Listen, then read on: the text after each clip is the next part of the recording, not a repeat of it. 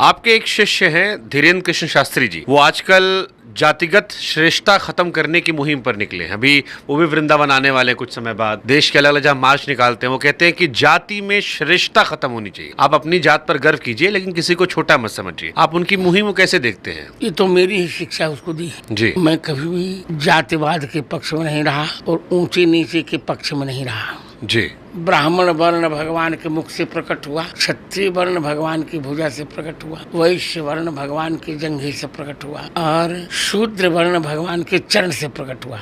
जी। इसमें जो वेद नहीं जानते हो कहने लगे कि शूद्र अधम हो गया। मैंने कहा अच्छा ही बताओ, यदि चरण से प्रकट होकर शूद्र अधम हो गया तो भगवान के उन्हीं चरणों से गंगा जी प्रकट हुई हैं, वो क्यों उत्तम हो गई? और हम जब किसी को प्रणाम करते हैं तो किसी का मुख छूकर प्रणाम करते हैं क्या? पैर छूकर, चरण छूकर। चरण छूकर। तो जब चरण नमित होता है, चरण प्रणम में है, न कि मुख। चरण से प्रकट हुआ शूद्र कैसे अशुद्ध हो गया? हमने वेद की व्याख्या ठीक से पढ़ी नहीं। जी। चारों वर्ण अपने अपने स्थान पर शुद्ध हैं, जी।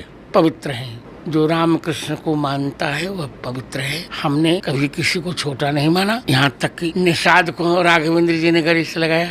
जी। इसलिए ये सब पक्ष सरासर झूठ है। आपके एक शिष्य हैं धीरेन्द्र कृष्ण शास्त्री जी। वो आजकल जातिगत श्रेष्ठता खत्म करने की मुहिम पर निकले हैं। अभी वो भी वृंदावन आने वाले कुछ समय बाद। देश के अलग अलग जहाँ मार्च निकालते हैं वो कहते हैं कि जाति में श्रेष्ठता खत्म होनी चाहिए। आप अपनी जात पर गर्व कीजिए लेकिन किसी को छोटा मत समझिए। आप उनकी मुहिम को कैसे देखते हैं? ये तो मेरी ही शिक्षा उसको दी है। जी। मैं कभी भी जातिवाद के पक्ष में नहीं रहा और ऊंचे नीचे के पक्ष में नहीं रहा। जी। ब्राह्मण वर्ण भगवान के मुख से प्रकट हुआ, क्षत्रिय वर्ण भगवान की भुजा से प्रकट हुआ, वैश्य वर्ण भगवान के जंघे से प्रकट हुआ और शूद्र वर्ण भगवान के चरण से प्रकट हुआ।